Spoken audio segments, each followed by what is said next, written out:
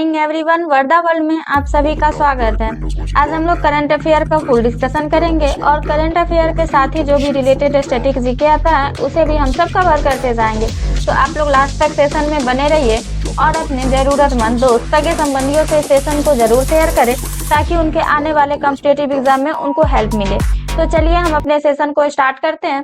तो पहले हम जो है अपना होमवर्क देख लेते हैं। तो क्या था होमवर्क? 2 सितंबर को किस पाकिस्तानी खिलाड़ी ने क्रिकेट मैच से संन्यास ले लिया? तो इसका आंसर हो जाएगा आसिफ अली।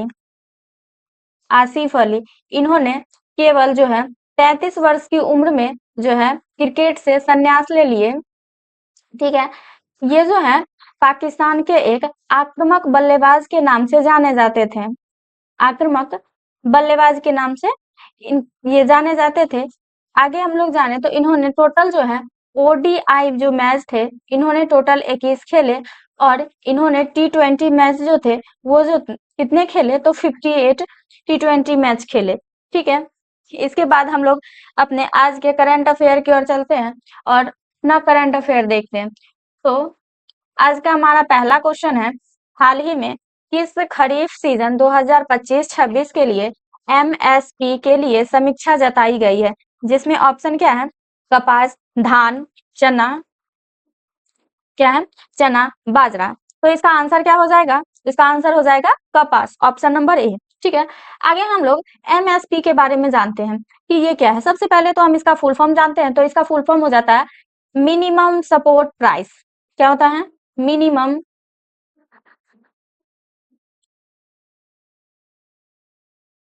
सपोर्ट प्राइस, इसका फुल फॉर्म होता है। आगे हम लोग जानते हैं कि ये जो है एमएसपी किसके द्वारा जारी किया गया है? तो ये जो है केंद्रीय मंत्री द्वारा इसको केंद्रीय मंत्री के द्वारा इसे जारी किया गया है। आगे हम लोग जानते हैं कि ये जो केंद्रीय मंत्री कौन से सदन के थे? तो ये जो है वस्त्र मंत्री हैं, जिनका नाम क्या है?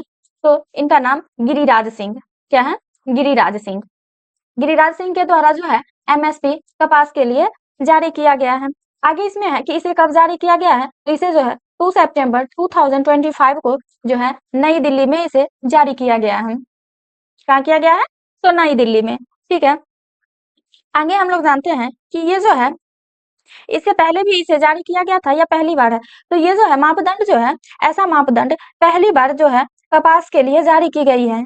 ठीक है, इससे पहले जो है बहुत सी फसलों के लिए जारी किया गया था, लेकिन पहली बार कपास के बेहतर उपज को देखते हुए इसको जारी किया गया है। ठीक है, इसका उत्पादन की बात करें तो ये जो है 550 केंद्र तक प्रस्तावित किया गया है। कितना? इसका जो उत्पादन है वो 550 केंद्र तक इसे प्रस्तावित किया गया है। ठीक है, आगे हम लोग जाने कि ये जो एमएसपी है इसको लागू किया गया है, ये कब से स्टार्ट हो जाएगा? तो इसकी जो स्टार्टिंग है जो 1 अक्टूबर से इसकी स्टार्टिंग की जाएगी। कब से की जाएगी? तो 1 अक्टूबर से इसकी स्टार्टिंग की जाएगी। ठीक है, इसके बाद जो है हम लोग कुछ डिटेल कपास के बारे में जान लेते हैं कि ये जो कपास है इसके इर्द गिर्द ही ये सब जो है जानकारियां घूम रही है। तो कुछ जानकारी हम कपास के बारे में भी जान लेते हैं। तो सबसे पहले तो हम जाने कि ये किस प्रकार की फसल है। तो ये जो है नकदी फसल है। क्या है? नकदी फसल है, जिसे बेचने से जो होता है तुरंत ही जो है आय मिल जाती है। ठीक है, आगे हम लोग जाने कि इसके प्रकार के बारे में। तो कपास के जो होते हैं अलग अलग राज्य में अलग अलग किस्में उपजाई जाती है, यानी हम लोग कह सकते हैं कि कपास की जो रहती है कई किस्में भारत में पाई जाती है। कितनी किस्में? बहुत सारी किस्में पाई जाती है। आगे हम लोग जाने कि ये किस मिट्टी में उपजती है। तो ये जो है काली मिट्टी में उपजती है। किसमें?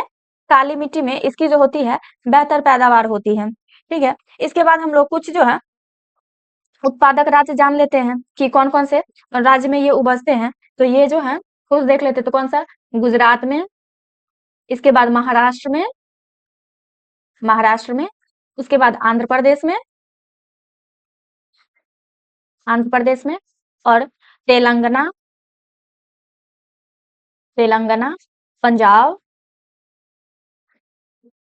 हरियाणा और ये जो राजस्थान, इन सभी राज्य में जो होता है कपास की बेहतर पैदावार की जाती है। ठीक है, आई होप आप लोग को ये पूरा डिटेल अच्छा लगा होगा। तो आप लोग चैनल को लाइक, शेयर, सब्सक्राइब जरूर करें। तो चलिए हम अपने अगले क्वेश्चन की ओर चलते हैं। तो हमारा अगला क्वेश्चन क्या है?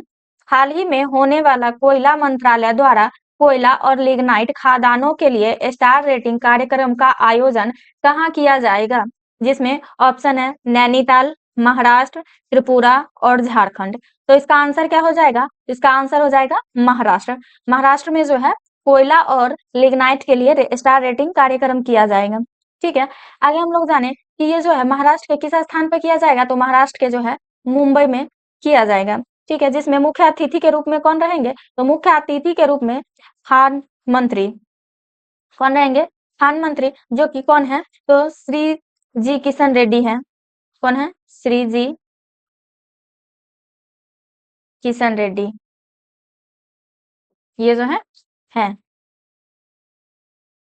खान मंत्री श्री जी किशन रेड्डी जो है इसमें मुख्य अतिथि रहेंगे और इसके साथ ही एक और मुख्य अतिथि रहेंगे जो कि कौन है? तो वो जो है केंद्रीय कोयला एवं खान राज्य मंत्री। वो कौन है? तो वो जो है सतीश चंद्र दुबे। कौन है? सतीश चंद्र दुबे। ठीक है, कौन कौन मुख्य अतिथि के रूप में शामिल रहेंगे? तो श्री जी किशन रेड्डी और सतीश चंद्र दुबे जो है मुख्य अतिथि के रूप में शामिल रहेंगे। ठीक है, ये जो है सारी बातचीत किसके ऊपर किया जाता है? तो कोयला के ऊपर। तो कुछ जानकारी हम लोग कोयला के बारे में भी जान लेते हैं। तो ठीक है, कोयला का सबसे पहले जो है प्रकार जानते हैं। तो ये जो है कितने प्रकार के होते हैं? तो ये जो होते हैं टोटल 4 प्रकार के। तो चलिए हम इसका नाम जान लेते हैं कौन कौन होता है। तो एंथ्रासाइट, इसके बाद होता है बिटुमिनस।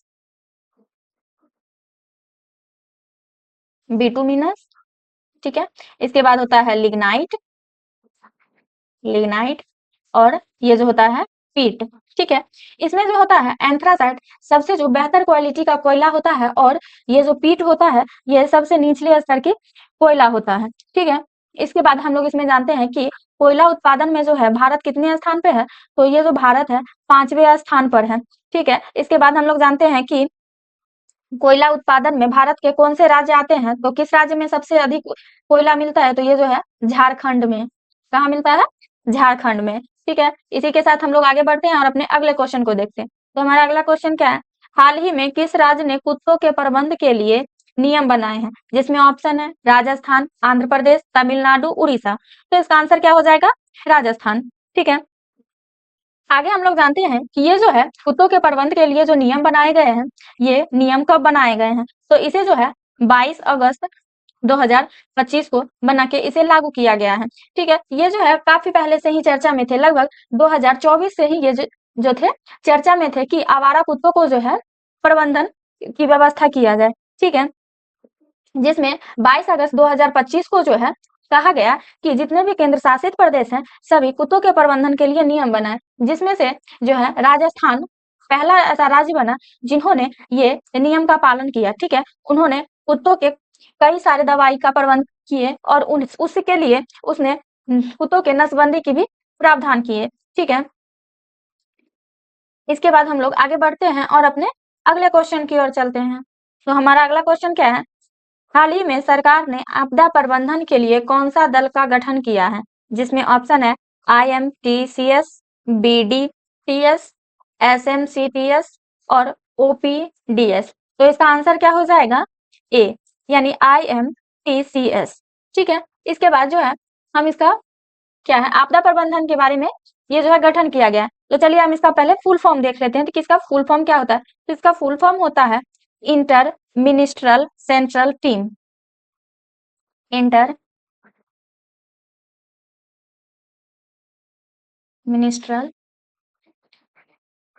सेंट्रल टीम इसका फुल फॉर्म होता है। इसे जो है कब लागू किया गया है? तो या फिर इसे कब गठन किया गया है? तो इसका गठन जो है 1 सितंबर 2025 को इसका गठन किया गया है, जो कि गृह मंत्री के द्वारा इसका गठन हुआ है। इसके द्वारा गृह मंत्री के द्वारा। ठीक है, भारत के वर्तमान गृह मंत्री कौन है? तो कौन है? अमित शाह। कौन है? अमित शाह यहाँ भारत के वर्तमान गृह मंत्री है। ठीक है, आगे हम लोग जानते हैं कि IMTCS के अंतर्गत जो है कौन कौन से राज्य शामिल हैं। तो इसमें जो है टोटल 4 राज्य को शामिल किया गया है, जिसमें कौन कौन सा है? जम्मू कश्मीर, इसके बाद है उत्तराखंड, पंजाब और हिमाचल प्रदेश। इन सभी राज्यों में जो है आपदा का कहर काफी सारे देखने को मिलता है, ठीक है। इसीलिए यहाँ जो है आपदा प्रबंधन के लिए दल का गठन किया गया है, ठीक है। इसी के साथ हम लोग आगे बढ़ते हैं और अपने अगले क्वेश्चन की ओर चलते हैं। तो हमारा अगला क्वेश्चन क्या है, 2026 की होने वाली बैडमिंटन चैंपियनशिप का आयोजन कौन करेगा? जिसमें ऑप्शन है भारत, चीन, नेपाल, पाकिस्तान। तो इसका आंसर क्या हो जाएगा? भारत, ठीक है। आगे हम लोग जानते हैं कि ये जो है भारत में बैडमिंटन जो है चैंपियनशिप का आयोजन किया जाएगा। ये जो भारत है, भारत के किस शहर में इसका आयोजन किया जाएगा और इसकी मेजबानी करेगा? तो इसकी जो मेजबानी है वो कौन करेगा? तो नई दिल्ली इसकी मेजबानी करेगी, नई दिल्ली इसकी मेजबानी करेगी, ठीक है। आगे हम लोग जाने कि ये जो है बैडमिंटन चैंपियनशिप 2026 में जो होने वाली है, इससे पहले कब हुई थी? तो इससे पहले जो है 2009 में इसका आयोजन किया गया था, जिसकी मेजबानी जो है हैदराबाद किया था। कौन किया था? हैदराबाद, ठीक है। यानी हम लोग जाने कि ये जो 2026 में होगा, ये कितने वर्षों बाद? पूरे 17 वर्षों के बाद इसका आयोजन पुनः किया जाएगा, ठीक है। इसके बाद हम लोग आगे बढ़ते हैं और अपने अगले क्वेश्चन की ओर चलते हैं। तो हमारा अगला क्वेश्चन क्या है, नुआखाई महोत्सव 2025 किस राज्य का प्रमुख कृषि और सांस्कृतिक पर्व है? जिसमें ऑप्शन है तमिलनाडु, केरल, उड़ीसा, असम। तो इसका आंसर क्या हो जाएगा? आंसर होगा उड़ीसा, ठीक है। इसके बाद जो है ये महोत्सव कौन सा है? नुआखाई महोत्सव। कुछ जानकारी हम लोग इस महोत्सव के बारे में भी जान लेते हैं कि आखिर ये जो महोत्सव है क्या। तो ये जो महोत्सव है, पहले तो इसका अर्थ जान लेते हैं, ठीक है। किसी भी चीज के बारे में जानने से पहले हम उसका अर्थ जान लेते हैं। तो क्या था? नुआखाई महोत्सव। तो ये जो है क्या है? एक प्रकार का है नई फसल को खाने का पर्व है। क्या है? नई फसल को खाने का पर्व, खाने का पर्व है, ठीक है। यानी जो नए फसल रहते हैं उसके उत्पादन के बाद जो होता है उसे खाने की प्रक्रिया, खाने के क्रम में जो है इस पर्व को मनाया जाता है। हम सभी जानते हैं कि हमारे देश में जो है कई सारे ऐसे फसलों से, फसल के कटाई और रोपने के क्रम में कई सारे पर्व मनाए जाते हैं, ठीक है। आगे हम लोग जाने कि ये जो है नुआखाई महोत्सव 2025 जो है इसको कब मनाया गया है? तो इसे जो है भाद्र भाद्रपद के मास जो है, भाद्रपद मास के पंचमी को मनाया गया है। यानी ये जो है हिंदी महीना में जो भाद्र रहता है उसके पंचमी को मनाया जाता है हर वर्ष, ठीक है। तो यानी हम लोग कह सकते हैं कि ये इसके लिए जो है कोई फिक्स तारीख नहीं है। क्या है? इसके लिए कुछ फिक्स डेट नहीं है जो ये जो है कब मनाई जाएगी, ठीक है। लेकिन अगर इस बार के बारे में हम लोग जाने तो इस बार जो है कब मनाया गया है? तो इस बार जो है 2 सितंबर को ये मनाया गया है, ठीक है। आगे हम लोग देखें तो क्या है ऑप्शन, तो तमिलनाडु है, केरल है और असम है। तो इन सभी राज्य में भी है जो फसलों से रिलेटेड पर्व मनाए जाते हैं। तो पहला कौन सा है? तो पहला है हमारा तमिलनाडु। तो तमिलनाडु में जो है कौन सा पर्व मनाया जाता है फसलों की कटाई को लेके? तो ये जो है पोंगल मनाया जाता है यहाँ, ठीक है। अगला है क्या? केरल। तो केरल में क्या मनाया जाता है? इस यहाँ जो है ओणम मनाया जाता है। और इसके बाद है असम। असम में कौन सा फसल की कटाई पे मनाया जाता है? तो यहाँ जो है भोगाली बिहू मनाया जाता है, भोगाली बिहू। इसके सिवा और भी पर्व मनाए जाते हैं, लेकिन इतना ही देखें, ठीक है। एक एक करके और हम सब देखते जाएंगे। आप लोग बस सेशन में बने रहिएगा और और रेगुलर इस सेशन में जुड़िएगा और नई नई जानकारी आपको जानने के लिए मिलेगी, ठीक है। इसी के साथ हम लोग आगे बढ़ते हैं और अपने अगले क्वेश्चन की ओर चलते हैं। तो हमारा अगला क्वेश्चन क्या है, हाल ही में चीन ने भव्य सैन्य परेड में कौन कौन मिसाइल प्रदर्शित किया है? जिसमें ऑप्शन है हाइपरसोनिक मिसाइल, न्यूक्लियर सिस्टम, नवीनतम सैन्य तकनीक और सभी। तो इसका आंसर क्या हो जाएगा? तो इसका आंसर हो जाएगा सभी। ये जो है चीन, ये तीनों मिसाइल को जो है अपने भव्य सैन्य परेड में जो है प्रदर्शित किया है, ठीक है। चलिए हम लोग जानते हैं कि ये जो है भव्य सैन्य परेड, इसको चीन के किस स्थान पे जो है किया गया है? तो ये जो है चीन के बीजिंग, यानी हम लोग कहेंगे कि ये अपने राजधानी में इसका प्रदर्शन किया है, ठीक है।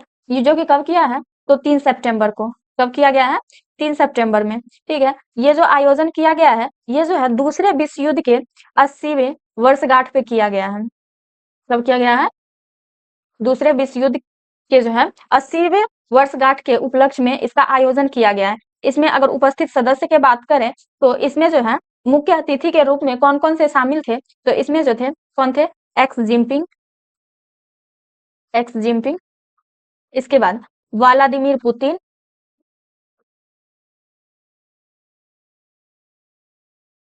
और किम जोंग। कौन थे? Kim Jong Un. ये तीनों जो थे यहाँ मुख्य अतिथि के रूप में जो थे शामिल थे। ठीक है, हम लोग आगे बढ़ते हैं और अपने अगले क्वेश्चन को देखते हैं। तो हमारा अगला क्वेश्चन क्या है? हाल ही में कहाँ वैदिक घड़ी और मोबाइल एप्पल लॉन्च किया गया है? जिसमें ऑप्शन है मध्य प्रदेश, हिमाचल प्रदेश, उत्तर प्रदेश और छत्तीसगढ़। तो इसका आंसर क्या हो जाएगा? मध्य प्रदेश। ठीक है, आगे हम लोग जानते हैं कि ये जो है वैदिक घड़ी और मोबाइल ऐप है, ये मध्य प्रदेश में किसके द्वारा लॉन्च किया गया है? तो इसे जो है मध्य प्रदेश के वर्तमान सीएम के द्वारा लॉन्च किया गया है, जो कि कौन है? तो ये जो है मोहन यादव। मध्य प्रदेश के वर्तमान मुख्यमंत्री कौन है? मोहन यादव। ठीक है, आगे हम लोग जानते हैं कि इसके लॉन्च करने के रीजन क्या है? तो इसका रीजन है हिंदू पंचांग और समय गणना को जोड़ना। क्या है?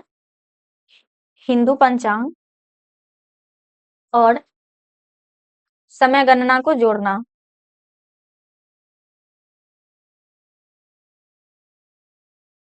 इसका क्या है? गोल है। ठीक है, आगे हम लोग इसमें जाने कि ये जो है मोबाइल ऐप, इसमें टोटल कितने भाषाएं रहेगी? तो इसमें जो है टोटल 189 भाषा शामिल रहेगी। कितने रहेंगे? 189 भाषा जो है इसमें शामिल रहेगी। ठीक है, आप लोग को कैसा लग रहा है ये पूरा क्वेश्चन, आप लोग जरूर बताइएगा। चलिए हम लोग आगे बढ़ते हैं और अपने अगले क्वेश्चन की ओर चलते हैं। तो हमारा अगला क्वेश्चन क्या है? हाल ही में एनसीईआरटी ने अपने 65वां स्थापना दिवस पर कौन सा मिशन लॉन्च किया है? जिसमें ऑप्शन है दीक्षा 2.0, दीक्षा, दीक्षा 1.0 या नन। तो इसका आंसर क्या हो जाएगा? दीक्षा 2.0। ठीक है, आगे हम लोग जाने की ये जो मिशन है कब लॉन्च किया गया है? तो इसे जो है 1 सितंबर 2025 को लॉन्च किया गया है, जो कि नई शिक्षा नीति 2020 के अंतर्गत इसे आयोजन किया गया है, जिसमें जो है बालक और बालिकाओं के विभिन्न क्रियाकलापों को शामिल किया गया है। क्या है? बालक बालिकाओं के जो है बालिकाओं के विभिन्न प्रकार के कार्यक्रम को शामिल किया गया है।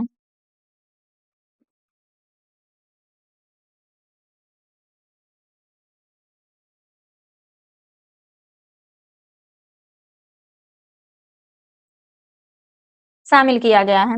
ठीक है, इसके बाद हम लोग आगे बढ़ते हैं और अपने अगले क्वेश्चन की ओर चलते हैं। तो हमारा अगला क्वेश्चन क्या है? हाल ही में भारतीय डाक भुगतान ने अपना कितना स्थापना दिवस मनाया है? जिसमें ऑप्शन है 3, 8, 5 या 7। तो इसका आंसर क्या हो जाएगा? 8। ठीक है, आगे हम लोग जानते हैं कि ये जो है भारतीय डाक भुगतान, ये जो है किस बैंक के अंतर्गत काम करती है? तो ये जो है कौन से बैंक के अंतर्गत काम करती है? तो इंडिया पोस्ट पेमेंट बैंक के अंतर्गत ये जो है काम करती है। कितने? इंडिया पोस्ट पेमेंट बैंक के जो है अंतर्गत ये कार्य करती है, और इसे जो मनाया भी गया है, इसी बैंक के अंतर्गत इसे मनाया गया है, जो कि कब मनाया गया है? तो 1 सितंबर 2025 को इसे मनाया गया है। ठीक है, कुछ जानकारी हम लोग इंडिया पोस्ट पेमेंट बैंक के बारे में भी जान लेते हैं। तो सबसे पहले हम लोग जाने कि इसकी स्थापना कब की गई है? तो इसकी जो है स्थापना 1 सितंबर 2018 में जो है नरेंद्र मोदी जी के द्वारा इसकी घोषणा की गई थी। नरेंद्र मोदी जी के द्वारा इसकी घोषणा की गई थी, जिसके मुख्यालय कहाँ है? तो इसका जो है हेडक्वार्टर कहाँ है? तो नई दिल्ली में। कहाँ है? नई दिल्ली में इसका हेडक्वार्टर है। आगे हम लोग इसके वर्क के बारे में जाने, तो ये इसका वर्क क्या है? तो इसका वर्क ये था भारत सरकार के डाक विभाग संचार मंत्रालय के अधीन काम करना। भारत के डाक विभाग संचार मंत्रालय के अधीन काम करना। हम सभी जानते हैं कि हमारे जो है भारत में कई सारे बैंक हैं, जिसके अलग अलग कार्य हैं। तो ये जो है इसी में आता है एक इंडिया पोस्ट पेमेंट बैंक। तो इसका भी वर्क हम लोग देख लिए क्या था? भारत के डाक विभाग और संचार मंत्रालय का कार्य करना। ठीक है, इसका वर्क था। ठीक है, आगे हम लोग जाने कि इसे जो है सिर्फ इसी कार्य के लिए ही तो नहीं खोला गया होगा, इसका कुछ ना कुछ गोल होगा। तो इसका गोल क्या था? तो इसका जो गोल अगर बात करें तो क्या था? हर ग्रामीण व्यक्ति को बैंकिंग और वित्तीय सेवा तक पहुंचाना, इसका जो था मेन गोल था। हर ग्रामीण व्यक्ति को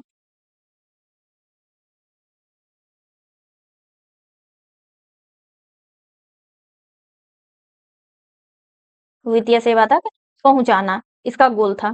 ठीक है, आगे हम लोग जाने कि ये जो है Bharat India post payment bank जो है इसको अभी तक कितने स्थानों पर खोला जा चुका है, तो ये जो है लगभग 650 प्लस जगहों पर इसका खोला गया है, इसे खोला गया है। और ये सब का जो है जो हेडक्वार्टर है वो कहाँ है, तो इसका हर एक जिला में इसका हेडक्वार्टर है। ठीक है, इसका हेडक्वार्टर है, जिससे क्या होता है इसमें अगर किसी भी प्रकार की तकनीकी दिक्कत आती है तो आसानी से और बहुत जल्द इसे निदान मिल जाता है, जिससे क्या होता है कि ग्रामीण लोगों को बहुत हद तक सहायता मिल जाती है और उन्हें बैंक से जुड़ने में काफी आसानी भी मिलती है। ठीक है, एक इसके बाद हम लोग जानते हैं कि इसके लिए इसमें जो है क्या है, क्रेडिट कार्ड की व्यवस्था है, तो इसमें जो है क्रेडिट कार्ड की व्यवस्था नहीं है। क्या है, क्रेडिट कार्ड की व्यवस्था नहीं है। हम सभी जानते हैं कि और सारे जितने भी भारत में बैंक हैं उसमें सभी में क्रेडिट कार्ड और जो है लोन लेने की व्यवस्था है, लेकिन सिर्फ इंडिया पोस्ट पेमेंट बैंक ही है जिसमें जो है ये दोनों सेवा नहीं प्रदान की गई है। ठीक है, आई होप आप लोग को ये पूरा डिटेल समझ आई होगी। तो आप लोग को ये पूरा सेशन कैसा लगा तो आप लोग कमेंट बॉक्स में जरूर बताइएगा। तो इसी के साथ हमारा आज का क्वेश्चन का सेशन समाप्त होता है। तो चलिए हम लोग अपने अगले क्वेश्चन की ओर चलते हैं जो कि आप लोग के लिए होमवर्क है। तो आप लोग अपने होमवर्क को कमेंट बॉक्स में जरूर आंसर दीजिएगा। आज का हमारा होमवर्क है, राष्ट्रपति ने केरल और इलाहाबाद में अस्थायी न्यायाधीश किसे नियुक्त किया है। तो इसके लिए आप लोग कमेंट बॉक्स में आंसर जरूर दीजिएगा और साथ ही आप लोग जरूर बताइएगा कि आप लोग को ये पूरा सेशन कैसा लगा और आप लोग लगातार क्वेश्चन इस सीरीज में जुड़ते रहें, जिससे आप लोग को नई नई जानकारियां देखने को मिलेगी जो कि बहुत ही आसान शब्दों में आप लोग के सामने प्रस्तुत रहेगी। ठीक है, तो आप लोग सेशन को लाइक शेयर सब्सक्राइब जरूर करें और अपने दोस्तों को इस सेशन को जरूर शेयर करें और उनकी भी हेल्प करें। Thank you, thanks for watching this video and आप लोग अगले सेशन में जरूर जुड़िएगा। Thank you.